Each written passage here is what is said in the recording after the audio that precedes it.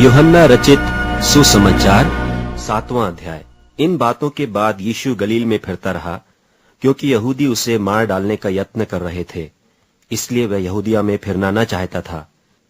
और यहूदियों का मंडपों का पर्व निकट था, इसलिए उसके भाइयों ने उससे कहा, यहां से कूच करके यहूदिया में चला जा, कि जो काम तू करता है उन्हें तेरे चेले भी देखें। क्योंकि ऐसा कोई न होगा जो प्रसिद्ध होना चाहे और छिपकर काम करे।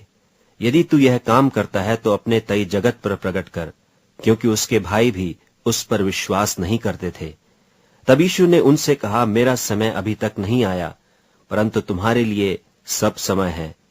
जगत तुमसे बैर नहीं कर सकता, परंतु वह मुझसे बैर करता है, क्योंकि मैं उसके विरोध में यह गवाही देता हूं कि उसके काम बुरे हैं।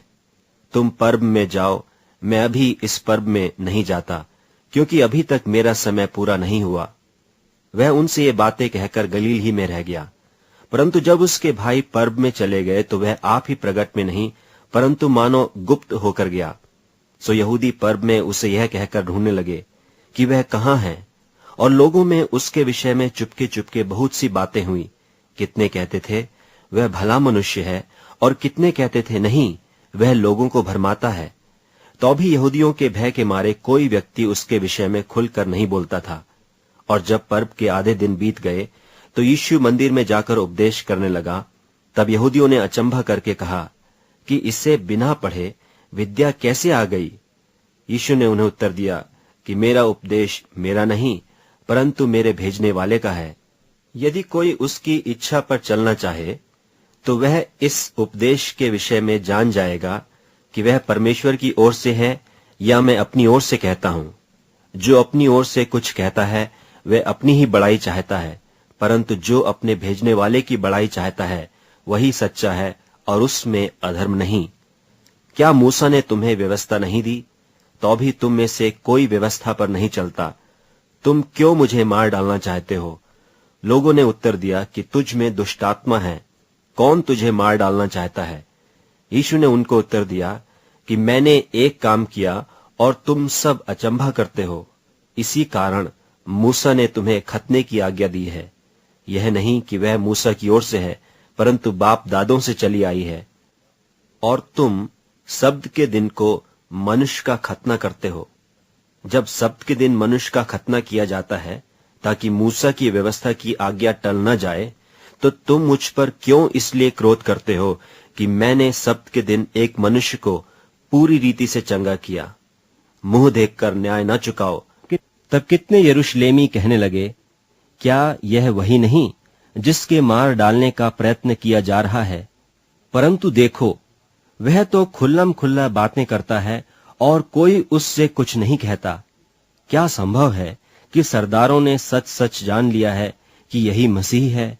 इसको तो हम जानते हैं कि यह कहाँ का है, परंतु मसीह जब आएगा तो कोई न जानेगा कि वह कहाँ का है। तब यीशु ने मंदिर में उपदेश देते हुए पुकार के कहा, तुम मुझे जानते हो और यह भी जानते हो कि मैं कहाँ का हूं। मैं तो आपसे नहीं आया, परंतु मेरा भेजने वाला सच्चा है, उसको तुम नहीं जानते। मैं उसे जानता हूं, क्योंकि मैं उसकी ओर से हूं और उसी ने मुझे भेजा है। इस पर उन्होंने उसे पकड़ना चाहा, तो भी किसी ने उस पर हाथ न डाला, क्योंकि उसका समय अब तक न आया था। और भीड़ में से बहुतेरों ने उस पर विश्वास किया और कहने लगे कि मसीह जब आएगा तो क्या इससे अधिक आश्चर्य कर्म दिखाएगा जो इसने दिखाए। फरीसियों ने लोगों को उसके विषय में ये बातें चुपके चुपके करते सुना, और महायाजकों और फरीसियों ने उसके पकड़ने को सिपाही भेजे। इस पर यीशु ने कहा, मैं थोड़ी देर तक और तुम्हारे साथ हूं, तब अपने भेजने वाले के पास चला जाऊंगा। तुम मुझे ढूंढोगे परंतु नहीं पाओगे, और जहां मैं हूं वहां तुम नहीं आ सकते। यहूदियों ने आपस में कहा, यह कहां जाएगा कि हम इसे न पाएंगे? क्या वह उनके पास जाएगा जो यूनानियों में तितर बितर होकर रहते हैं, और यूनानियों को भी उपदेश देगा? यह क्या बात है जो उसने कही कि तुम मुझे ढूंढोगे परंतु न पाओगे, और जहां मैं हूं वहां तुम नहीं आ सकते। फिर पर्व के अंतिम दिन जो मुख्य दिन है, यीशु खड़ा हुआ और पुकार कर कहा, यदि कोई प्यासा हो तो मेरे पास आकर पिए। जो मुझ पर विश्वास करेगा, जैसा पवित्र शास्त्र में आया है, उसके हृदय में से जीवन के जल की नदियां बह निकलेंगी। उसने यह वचन उस आत्मा के विषय में कहा जिसे उस पर विश्वास करने वाले पाने पर थे, क्योंकि आत्मा अब तक न उतरा था, क्योंकि यीशु अब तक अपनी महिमा को न पहुंचा था। तब भीड़ में से किसी ने ये बातें सुनकर कहा, सचमुच यही वह भविष्यवक्ता है। औरों ने कहा, यह मसीह है।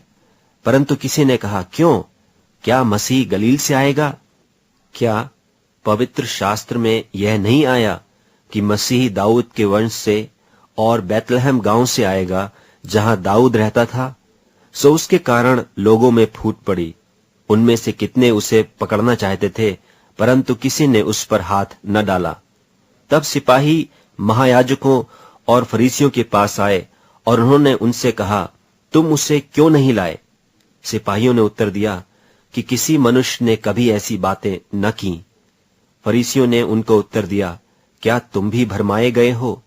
क्या सरदारों या फरीसियों में से किसी ने भी उस पर विश्वास किया है? परंतु ये लोग जो व्यवस्था नहीं जानते श्रापित हैं। निकोदेमुस ने, जो पहले उसके पास आया था और उनमें से एक था, उनसे कहा, क्या हमारी व्यवस्था किसी व्यक्ति को जब तक पहले उसकी सुनकर जान न ले कि वह क्या करता है, दोषी ठहराती है? उसने उससे उत्तर दिया, क्या तू भी गलील का है? ढूंढ और देख कि गलील से कोई भविष्यद्वक्ता प्रकट नहीं होने का। तब सब कोई अपने अपने घर को गए।